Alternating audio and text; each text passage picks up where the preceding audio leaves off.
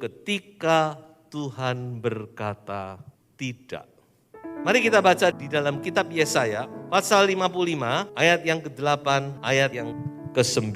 Sebab rancanganku bukanlah rancanganmu dan jalanmu bukanlah jalanku. Demikianlah firman Tuhan. Seperti tingginya langit dari bumi, demikianlah tingginya jalanku dari jalanmu dan rancanganku dari rancanganmu. Bapak kita di sorga itu sangat sayang kepada kita. Sehingga kalau boleh setiap doa kita dikabulkan. Setiap permintaan kita, setiap keinginan kita dikabulkan. Tetapi Bapak kita yang di sorga, Dia lebih sayang kepada keselamatan jiwa kita. Sekali lagi ya, saya ulang ya. Tuhan itu cintanya kepada kita itu setengah mati, saudara. Kalau boleh saudara minta apa itu disiapkan. Saudara mau apa diberikan. Tetapi Tuhan itu lebih cinta, lebih sayang kepada keselamatan kita.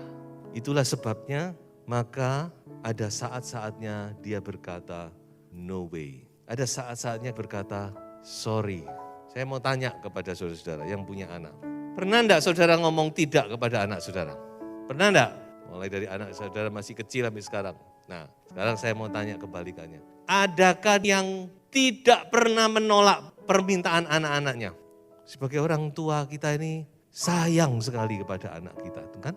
Sehingga kita tahu apa yang terbaik. Kalau dia meminta hal-hal yang tidak baik, yang membahayakan dirinya, yang membuat nanti anak ini akan menderita, yang membuat dia nanti bisa sakit, bisa ini, bisa itu, tentu kita ngomong apa? No. Saya rasa itu justru kata no itulah rasa sayang itu ada. Karena kita ngeman anak kita. Nah itulah sebabnya kita sebagai orang percaya juga gitu, saudara ya. Mari kita lebih dewasa, lebih mengerti isi hati Tuhan. Rancanganmu dengan rancanganku, pikiranmu dengan pikiranku, itu jauhnya seperti langit dan bumi, kata Tuhan. Gimana kita yang di bumi bisa mikirkan langit? Enggak mungkin, ngelihat langit aja mungkin jarang kita, saudara ya. Itulah sebabnya Tuhan itu tidak selalu berkata ya. Ada saatnya Dia berkata, sorry nak, permintaanmu ini tidak bisa ku turuti. Saya akan mengambil beberapa contoh dari Alkitab. Yang pertama, saya akan membacakan di dalam 2 Korintus pasal 12 ayat 7 sampai 10. Dan supaya aku jangan meninggikan diri karena pernyataan-pernyataan yang luar biasa itu, maka aku diberi suatu duri di dalam dagingku, yaitu seorang utusan iblis untuk menggocoh aku, supaya aku jangan meninggikan diri.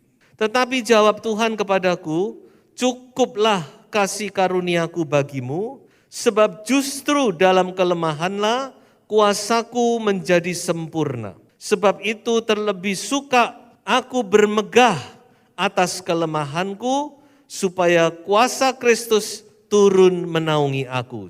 Saudara-saudaraku, jelas di sini, Paulus diberi satu duri di dalam dagingnya. Banyak yang menafsirkan ini sakit penyakit, ada yang menafsirkan ini manusia, ya kita tidak tahu. Tetapi ada satu duri. Saudara tahu kalau ada satu duri itu betapa menyakitkan ya.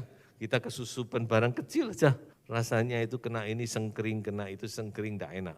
Ini duri menusuk di dalam dagingnya. Mengapa Tuhan memberikan duri ini? Dikatakan tadi supaya aku jangan meninggikan diri. Supaya aku jangan sombong. Jadi Tuhan punya rencana dalam hidup Paulus. Supaya dia tidak sombong, tidak angkuh. Dengan karunia-karunia yang luar biasa, hikmat yang luar biasa yang Tuhan berikan kepada Paulus. Maka Tuhan kasih duri. Dengan duri ini Paulus, dia bisa terus bergantung kepada Tuhan. Dengan duri ini dia tidak mengandalkan kekuatannya sendiri, saudara-saudara. Dan dikatakan 3 kali Paulus berdoa kepada Tuhan. Tuhan, kalau boleh cabut duri ini. Tapi Tuhan menjawab apa? No, tidak. Pertanyaannya, apa Tuhan tidak sayang kepada Paulus? Apa Tuhan itu Tuhan yang suka bikin susah anak-anaknya? Tuhan itu senang kalau anak-anaknya menderita? Tentu tidak. Tapi Tuhan, Dia tahu yang terbaik. Karena justru Tuhan itu mengasihi Paulus, mengasihi hambanya ini. Sehingga apa saudara? Dia izinkan duri itu terus ada dalam kehidupan Paulus. Mengapa dia tidak izinkan? Mengapa dia tidak cabut? Karena dia tahu siapa Paulus. Kalau dia cabut, Paulus dia mungkin bisa takabur, sombong, angkuh, dan dia pasti akan jatuh. 3 orang sudah mulai sombong, tidak usah lama-lama. Barang siapa meninggikan diri akan direndahkan, kata Tuhan. So itu Tuhan memang dia kasih duri ini, saudara. Dan ketika Paulus menyadari, dia menyadari, dia berkata apa? Aku bersyukur. Malah dia berkata apa? Aku senang, aku rela. Karena ketika aku lemah, ketika aku merasa tidak mampu, di situ aku kuat. Ini rahasianya orang percaya. Ketika kita merasa tidak mampu, ketika kita datang kepada Tuhan, kita menangis di kaki Tuhan, justru disitulah kita yang paling kuat. Justru ketika kita merasa kita mampu, kita hebat dengan pikiran kita, dengan hikmat kita bisa melakukan ini, melakukan itu. Hati-hati.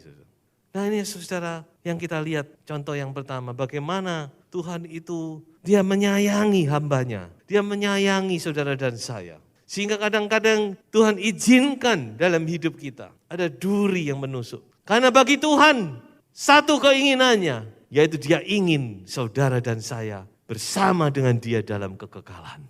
Ini tidak main-main nih saudara. Tinggal bersama Tuhan dalam kekekalan. Itu tidak main-main. Itu bukan masalah yang cuma 100-200 tahun. Itu kekal. So itu Tuhan kadang-kadang memperlakukan kita lain dari yang lain. Baik, contoh yang kedua. Kisah Rasul 16, 6-9. Mereka melintasi tanah Frigia dan tanah Galatia. Karena Roh Kudus mencegah mereka untuk memberitakan Injil di Asia. Dan setibanya di Misia, mereka mencoba masuk ke daerah Bitinia. Tetapi Roh Yesus tidak mengizinkan mereka. Setelah melintasi Misia, mereka sampai di Troas. Pada malam harinya tampaklah oleh Paulus suatu penglihatan. Ada seorang Makedonia berdiri di situ dan berseru kepadanya, katanya, menyeberanglah kemari dan tolonglah kami. Setelah Paulus melihat penglihatan itu, segeralah kami mencari kesempatan untuk berangkat ke Makedonia. Karena dari penglihatan itu kami menarik kesimpulan bahwa Allah telah memanggil kami untuk memberitakan Injil kepada orang-orang di sana. Coba saudara bisa ikuti dari Antioquia.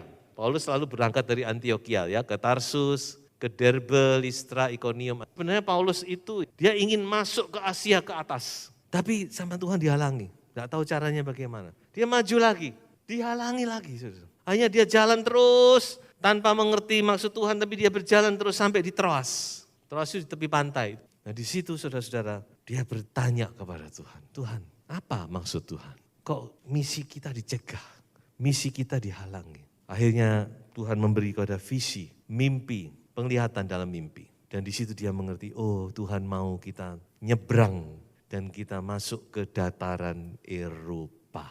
Saudara-saudaraku, maksudnya baik, dengan semangat yang tinggi, Paulus dia mau memberitakan Injil, dia mau menyampaikan hasil konsili di Yerusalem. Kalau sudah membaca di Kisah Para Rasul 15, itu konsili di Yerusalem. Di mana mereka berunding tentang satu hal yang sangat penting, yaitu apakah masih dibutuhkan sunat, apakah orang Kristen masih perlu juga disunat.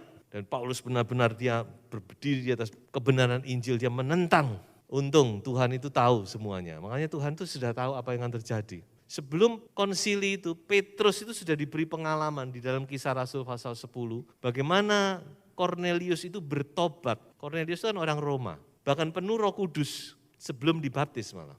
Makanya Petrus dia berdiri, dia menyaksikan. Akhirnya kesimpulan dari konsili itu mereka kembali kepada kebenaran firman. Bahwa orang selamat karena iman, bukan karena sunat. Nah saudara-saudaraku, maksud baik, rencana matang, semangat tinggi. Tetapi Tuhan berkata, no. Kenapa? Kenapa Tuhan? Karena Tuhan punya rencana yang lebih baik. Percaya saudara? Paulus, begitu dia tidak tahu, dia sampai di Troas, baru Tuhan kasih tahu, ini loh, aku punya rencana yang lebih hebat. Aku punya program yang lebih hebat. Sekali lagi programku dan programmu itu jauh beda, Paulus. Dan Injil masuk ke Eropa, muncul gereja Filipi, muncul gereja Tesalonika, muncul gereja Korintus, dan seterusnya. Haleluya. Makanya kita sebagai orang percaya, kita harus peka juga kepada pimpinan Roh Kudus, karena Roh Kudus itu lebih besar dari segala perkara. Contoh yang ketiga, itu dialami oleh Tuhan kita Yesus Kristus. Di Taman Getsemane, dia 3 kali berdoa kepada Bapa, Bapa, kalau boleh lalukan cawan ini daripadaku. Jangan suruh aku minum cawan ini. Mengapa? Karena ini cawan murka, saudara-saudara. Kita bersyukur punya Yesus yang sudah meminum cawan murka ini. Sehingga kita nanti pasti diluputkan dari cawan murka yang di Wahyu. Ingat, di Wahyu ada cawan murka yang akan ditumpahkan ke dunia. Tapi bagi orang percaya tidak usah khawatir. Kita tidak akan minum cawan murka yang di Wahyu. Mengapa? Karena Yesus sudah meminum cawan murka itu di Taman Getsemane. Dia sudah minum. 3 kali dia minta kepada Bapa, Bapa kalau boleh lalukan cawan ini. Mengapa? Karena dia tahu ini mengerikan sekali. Cawan murkanya Bapa. Sehingga dia dalam kemanusiaannya. Memang di sini kita tidak mengerti ya saudara. Yesus itu kan tahu dia harus naik kayu salib. Tapi sebagai manusia dia juga ketakutan. Alkitab jelas berkata dia di Taman Getsemane itu ketakutan setengah mati. Sampai kayak orang mau mati dikatakan. Ini menandakan kemanusiaannya dia. Dia manusia 100% juga saudara. Dia berkata kalau boleh Bapak. Kalau masih ada kesempatan, tolong Bapak lalukan cawan ini daripadaku. Tapi kalau aku harus minum, jadilah kehendak-Mu. Nah ini orang yang matang rohani, yang belakang ini saudara. Dari yang belakang ini kita tahu seseorang itu rohaninya matang enggak. Kalau rohaninya masih belum matang, biasanya cuma depan Tuhan, ayo Tuhan. Tapi kalau sudah matang dia, kalau bukan kehendak-Ku, jadilah kehendak-Mu. Bapak jawab enggak doa Yesus? Bapak diam aja. Dan jawab, coba saudara baca. Enggak ada jawaban, enggak ada perkataan apapun dari Bapak. Diam Bapak itu. Tapi jawabannya berupa apa saudara tahu enggak? Bapak kirimkan malaikat, itu jawabannya untuk apa? Coba kita baca Lukas 22 ayat 43. Jawaban Bapak adalah mengirim seorang malaikat. Maka seorang malaikat dari langit menampakkan diri kepadanya untuk memberi kekuatan kepadanya. Ada saatnya Tuhan tidak mengangkat beban kita. Tetapi Tuhan, Dia memberi kekuatan kepada kita untuk memikul beban itu. Ada amin, saudara? Tuhan tidak mengangkat. Tuhan tidak berkata, oke aku kasihan, kita tunda dulu sampai kamu kuat. Tidak. Yang Bapak lakukan, Dia berikan penolong kepada kita, yaitu Roh Kudus yang akan memberi kepada kita kemampuan untuk kita melakukan, memikul tugas, untuk kita memikul beban kita sampai kita berhasil. Amin. Sebab itu mari, memang kita masih harus menghadapi banyak hal, tapi saya percaya kekuatan dari Tuhan itu akan mampukan kita. Amin, saudara. Kesimpulan dari khotbah, ketika Tuhan berkata tidak, bila Tuhan menjawab tidak, berarti ada hal-hal yang lebih baik bagi kita. Sebab itu tetaplah percaya dan tetaplah semangat. Tuhan Yesus memberkati.